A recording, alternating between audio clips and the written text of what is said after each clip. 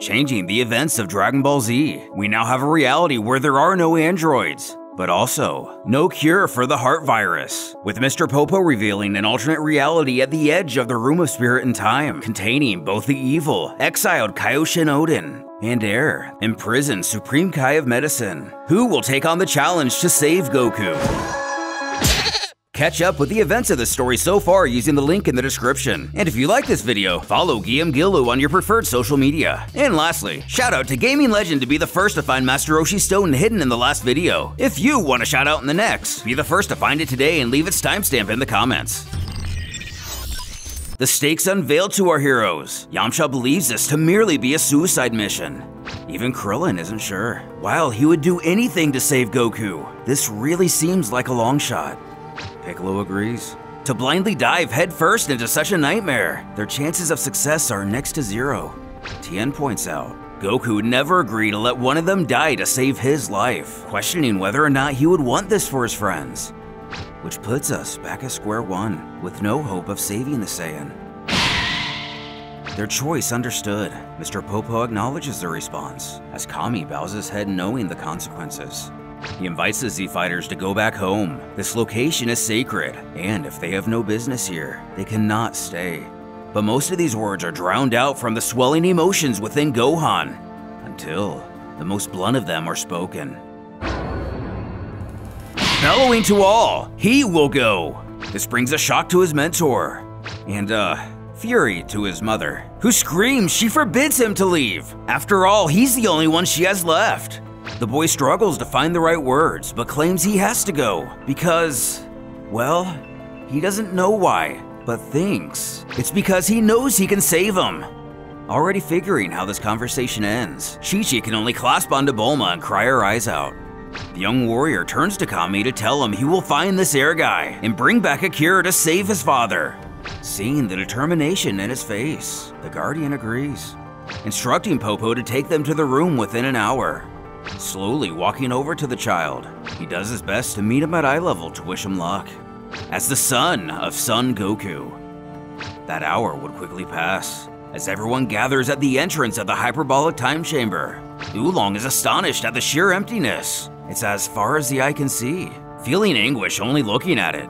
Yamcha presses that's nothing, as Popo said once his door is closed, the gravity gets 10 times stronger. Who hands Gohan a bag, informing these are supplies for 1 week. The boy thanks him, when Bulma interrupts, urging him to take this instead. Bringing some capsules along, she pops open the case. Inside are 4 containers, which includes a small though fully equipped house, warm clothes, and food for 6 months. Completely killing the dramatic tension of the situation, but it will be much better for his chance of survival. Chi-Chi embraces her son one last time, her tears still not drying, before scolding the others, unable to believe he is the only one willing to go. Pleading he be careful, and to not eat junk food, and to stay warm at night. But just like his father, with a smile and a wink, he promises everything will be okay, leaving Krillin to feel pretty lame to see a child having more confidence than him. Though Vegeta interjects, it's not confidence, it's stupidity. Taking its first steps into the void. He suddenly stops, as his friends and family look on with concern.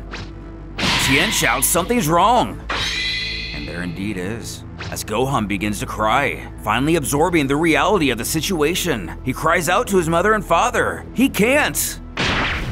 When a hand touches down on his shoulder, he turns to find Piccolo. After a little bit of personal reflection, his mentor decides he can't let him go alone. With newfound determination, he shouts to Gohan they're going to find this doctor, but asking he wait before they leave. The boy wishes to have the same outfit as his dad. Smirking, the Namekian believes that's a good idea. Now in his father's gi, he bears his own symbol meaning Han. The pair are ready to venture forth to face whatever this new dimension has to throw at him. At the last possible moment, Piccolo decided to join Gohan on this perilous quest to reach the realm of everlasting winter and to find Air, Supreme Kai of Medicine. What could be hiding behind this endless horizon? Is Son Goku doomed already? Or is there a slight chance Mr. Popo's story is true? As behind the genie, a voice rings. Good thing you put your mind to it, Vegeta chorts. See, there's always a solution. Leaving him a bit nervous to be in the Saiyan's presence. Zipping through the air, Gohan thanks Piccolo for coming with him. He doesn't think he would have been able to do it on his own.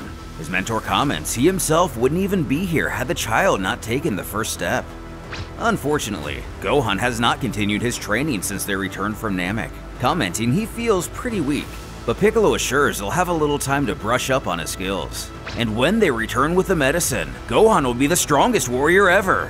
Who smiles. His dad will always be the strongest, leaving Goku's one-time rival to scoff. He's probably right. Days after, Son Gohan and Piccolo pushed back the horizon of the endless empty world, with nothing to indicate the passage of time other than the blinding days and pitch-black nights. They begin to wonder if this dimension really has a boundary. Flying along, it seems Gohan has grown a bit too accustomed to all the traveling, as he's actually fallen asleep mid-flight. Gohan! Piccolo calls for his attention to tell him to look at the floor. Getting a glance, it appears to be splitting off into tiles, almost as if the physics of the time chamber are beginning to change. Gohan notes it's getting more and more dislocated, as if it's attracted by. Before he can finish that thought, they have arrived to the first of their destinations, the end of their dimension. The boy states it looks like a weird energy orb, but Piccolo knows it's not energy at all. Given they can't feel its presence, it has to be something else. It's just there.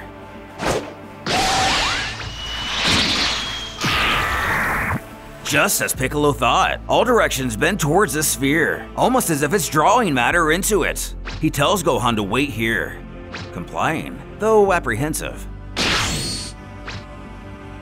The Namekian stands face to face with whatever it is. Extending an arm, he feels a vibration radiating from it.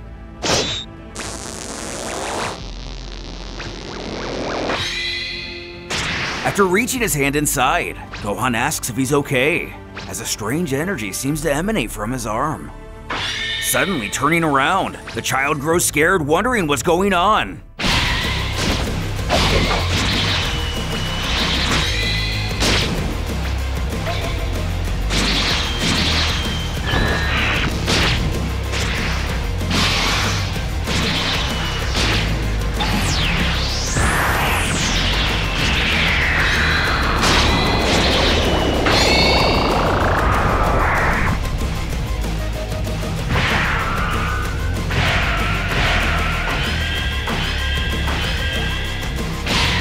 He has returned!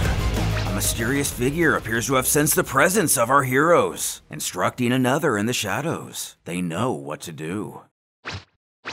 And smiling, they utter, "With pleasure, Master."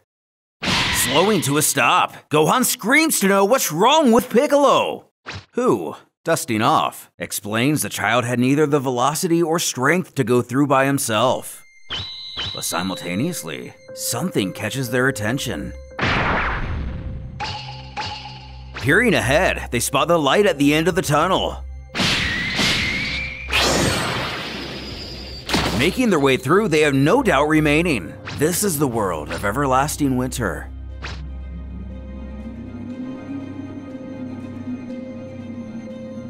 Gazing out to the icy landscape, they take note how everything is completely frozen. His mentor reminds they have to stay alert. This world is extremely dangerous, and there is no telling what's out there. And he has this strange feeling something's wrong.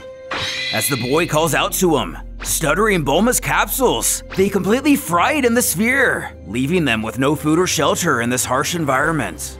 To Piccolo, all this means now is that they're on their own, so their first goal is to find shelter as soon as possible.